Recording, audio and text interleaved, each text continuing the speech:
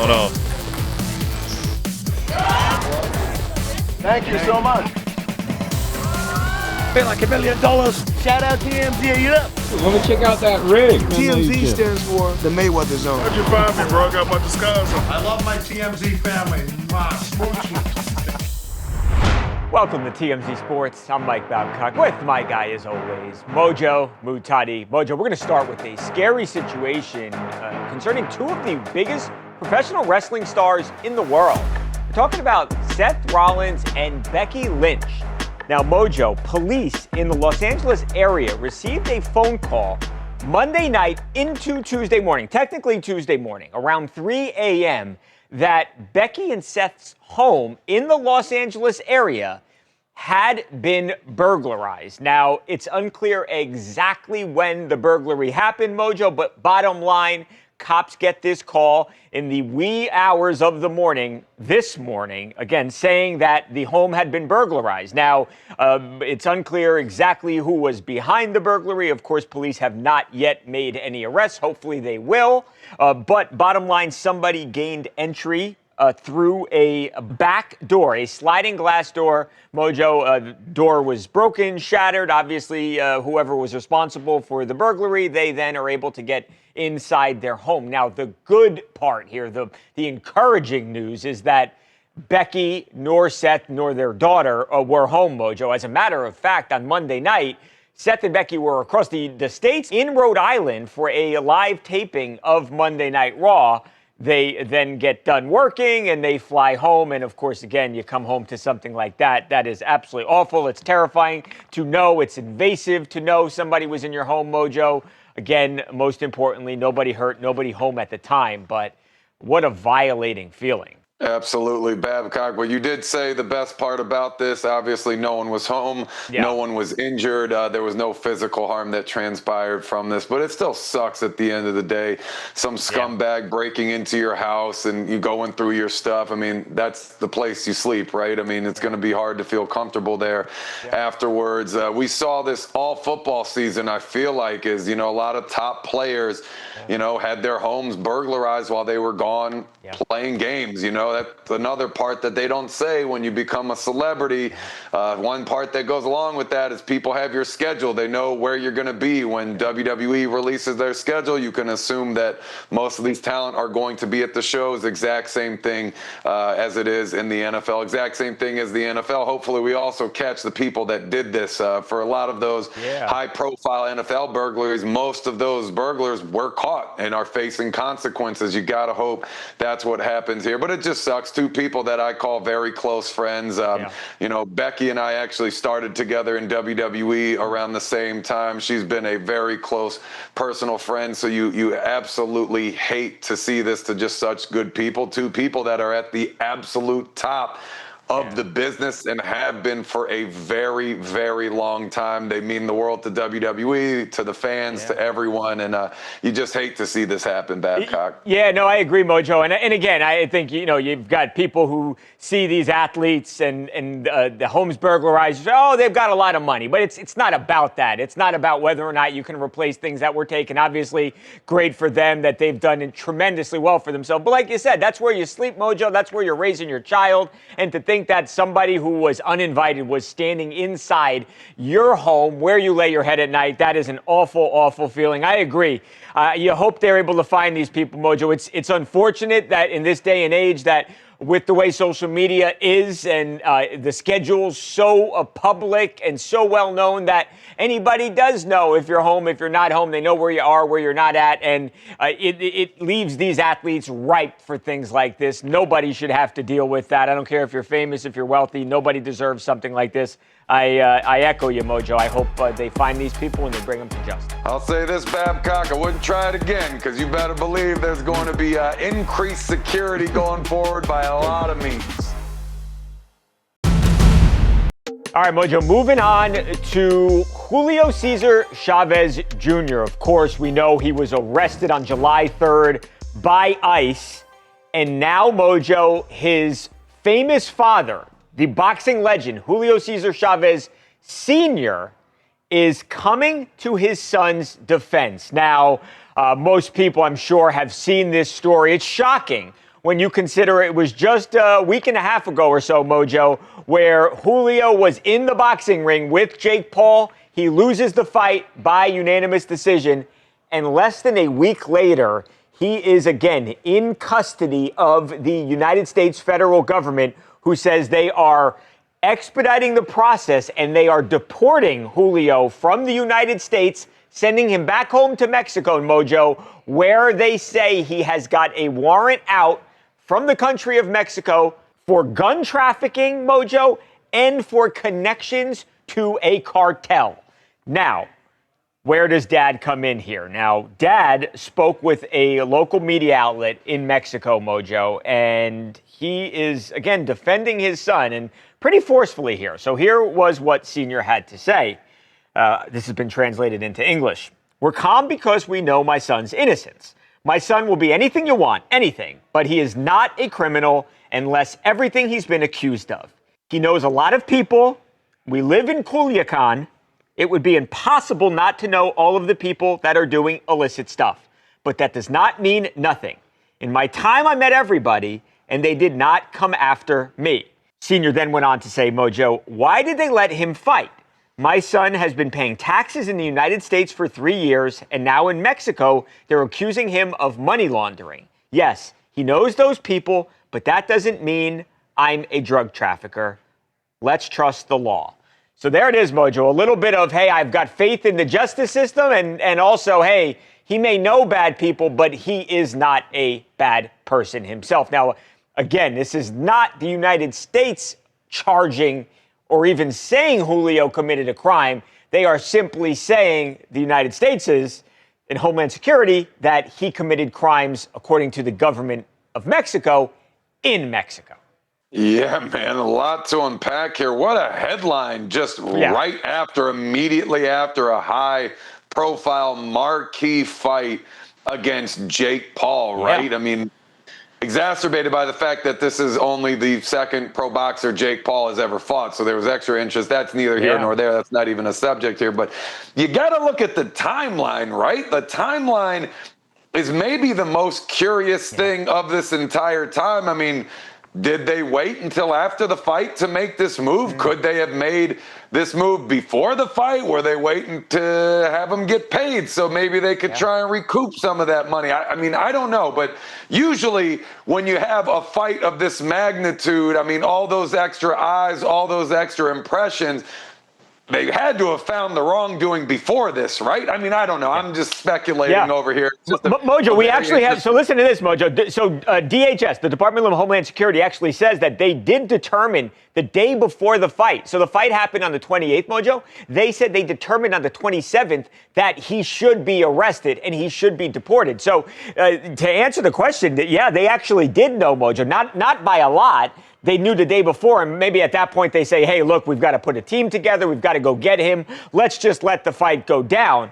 Or you could say they knew exactly where he was going to be the next day, Mojo, and it would have made taking him into custody even easier. I'm going to take it back to his dad's comments about, hey, where we grow up, it's, you know, a rough neighborhood.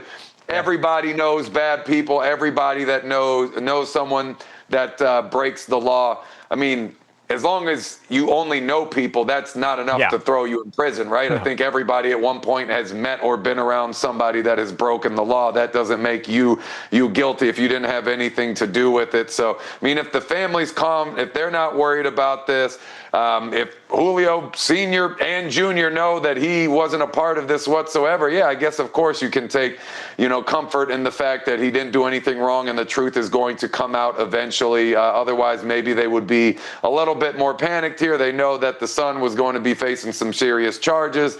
Who knows how many decades he might be behind bars. Here's what I will say, too. Even assuming best case for Julio, if he is ultimately goes to trial and he is found not guilty in Mexico, you've then got to question whether or not he is ever allowed back into the United States. He is not a citizen of America. So it's very possible here that he goes back to Mexico, home, beats the charges, and he tries to come back and they just say, hey, no go, you're not allowed. So it is very possible that he never steps foot in this country again.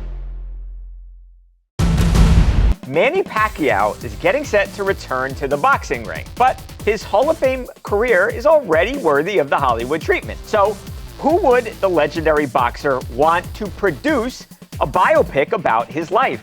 Pac-Man reveals an A-lister when TMZ Sports returns right after this.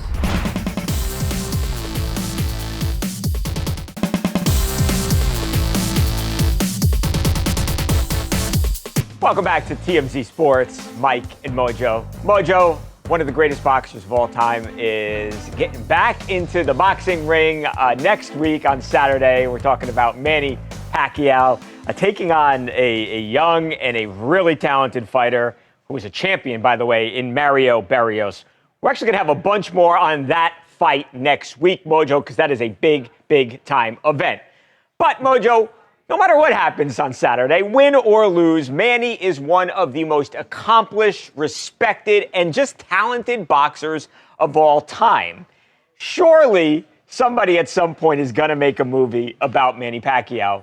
So who should be the one to actually do it? Well, luckily for us, we've got an answer to that question, Mojo. We were actually recently speaking with Pac-Man as he was preparing for the Barrios fight, and that is exactly what we asked him about the movie. You ever think of who would play you in your biopic?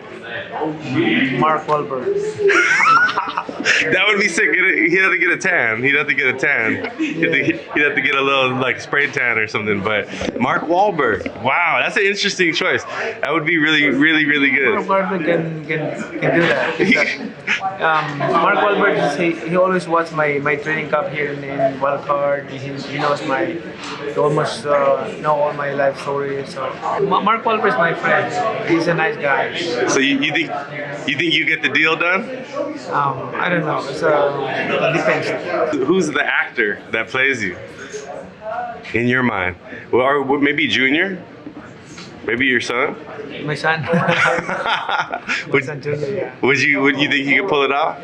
Yeah, he can. He's an actor in the Philippines. Is he really? Oh, that would be a great movie. Imagine that, man. So that makes perfect sense. His son's an actor. He's his son's dad. It makes sense, right? Not Mark Wahlberg so much, but producer, yes. Yeah, that's what I was about to say, Babcock, because at first I thought he was saying he wanted Mark Wahlberg to play him, to act as him, and I was like, you don't see it? You don't see it? Mojo, look, identical. Yeah, I guess they're both dudes, and they both have their fist up in that one photo. That's true. I see that part of it. I mean, there's AC Slater in the background. I mean, he might have been a better choice a while back. I don't know, Babcock. I mean, as a producer or director, Mark Wahlberg can handle that. He's done some great work. I mean, when it comes to film, or more or less any kind of entertainment, you can trust Mark Wahlberg with about any job. However, his son to actually play him in a Mark Wahlberg film, yes, now we're cooking right now. We're cooking with gas, actually, Babcock.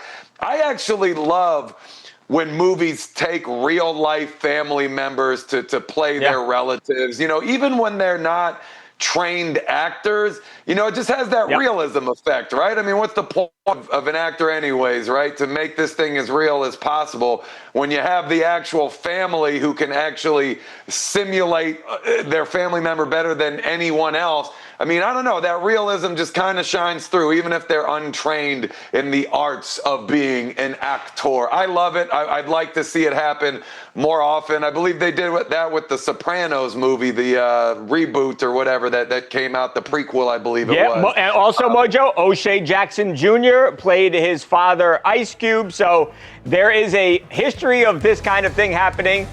Look, like we showed you, they've got a bunch of pictures together. That's because Mark and Manny are buddies with one another. So, don't be surprised if this actually does happen one day.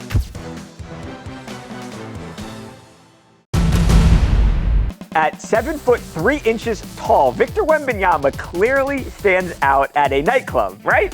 The Wemby you don't want to miss from his recent trip to Japan when TMZ Sports rolls on right after this.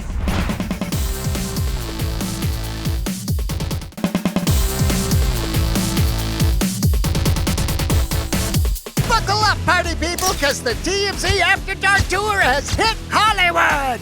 Get ready for a 2-hour rager on wheels with the DJ dropping beats as we hit Sunset and Hollywood Boulevard, baby. We see the hottest restaurants, sickest clubs, and stop at banging bars along the way. The festivities kick off every weekend from the Hard Rock Cafe at 7:30 p.m. So head to TMZTour.com to book your tickets for the TMZ After Dark Tour. It's gonna be epic. Welcome back to TMZ Sports, Mike and Mojo. Mojo, that looks like a lot of fun. I'm gonna have to check that out. One place where it is not yet in is Tokyo, right? It's out here in Los Angeles, Mojo, but Tokyo, absolutely awesome nightlife. If you listen to anyone who has been there before, Mojo, you know who can speak to that, who can testify to that firsthand? It's that giant man right there. Victor Wembanyama, one of the best young players in the National Basketball Association. He was out in Tokyo, Mojo, at One Oak, one of the hottest clubs in the entire city, and he was having a blast. It's so funny, though, to look at these, Mojo, because he is 7'3" tall. He's such a tall and lanky guy. He just absolutely towers over everybody who are just normal-sized people, Mojo. But, Wemby, not hard to spot.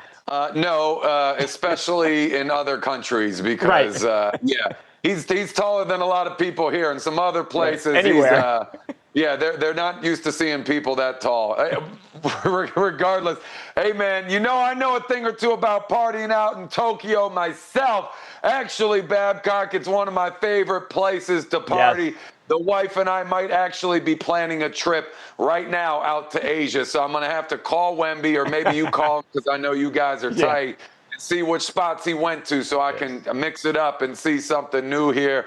TMZ After Dark, little upset. I got nothing in my work email about that one. No invites to any of the parties. You guys know I like to go out and cut a rug. Quite literally, sometimes I injure myself doing it, but it's worth the price of admission. So a lot of parties going on these days. I'm here for literally every single one of them. It was Bark in the Park night in Cincinnati, and one dog stole the show. The amazing footage is coming your way next on TMZ Sports.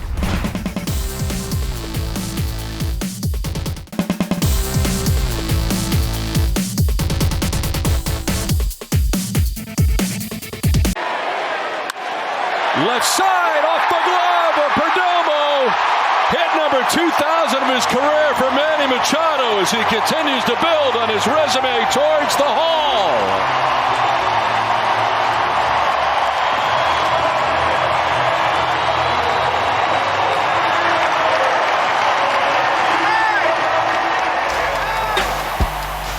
Welcome back to TMZ Sports, Mike and Mojo. Mojo, big night in Major League Baseball last night. Let's start right there with history being made for Manny Machado. Look, to get 2,000 hit in the big leagues is an incredibly rare feat, something that has been done by less than 300 men in the entire, more than century-old history of the game, Mojo. And you can now add another name to that list because right there, Manny Machado with that hard hit ball, he gets a base hit. He does then have 2,000 hits. He actually then went on, Mojo, to hit a solo home run a little bit later in the game. So he picked up his 2001 hit too, as he is now, I guess, on the trek for 3,000 hits. I would not put it past him. That's just the kind of hitter that Manny Machado is. Congratulations. We'll check you out, Manny, if you get to 3,000.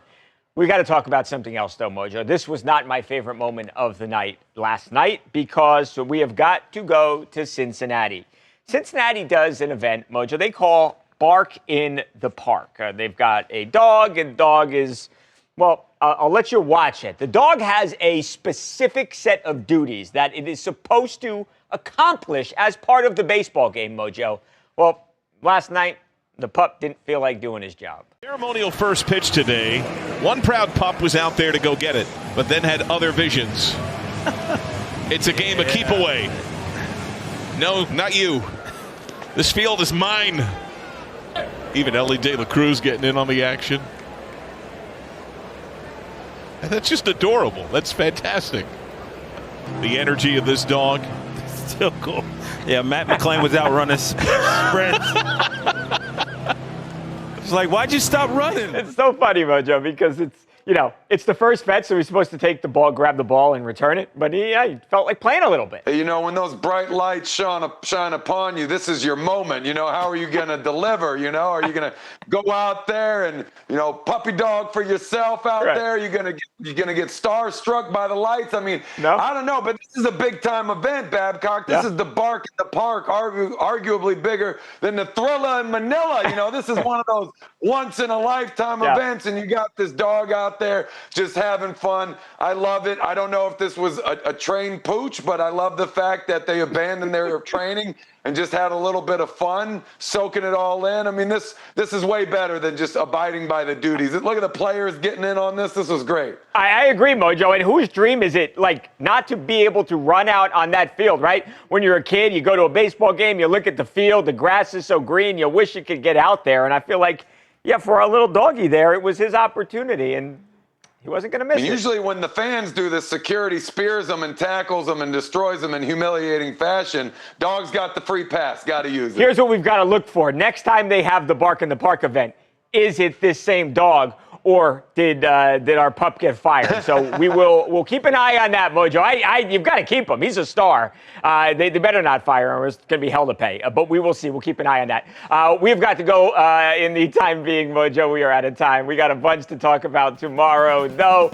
Tell you what, football getting closer by the day. Baseball season heating up, Mojo. A lot going on.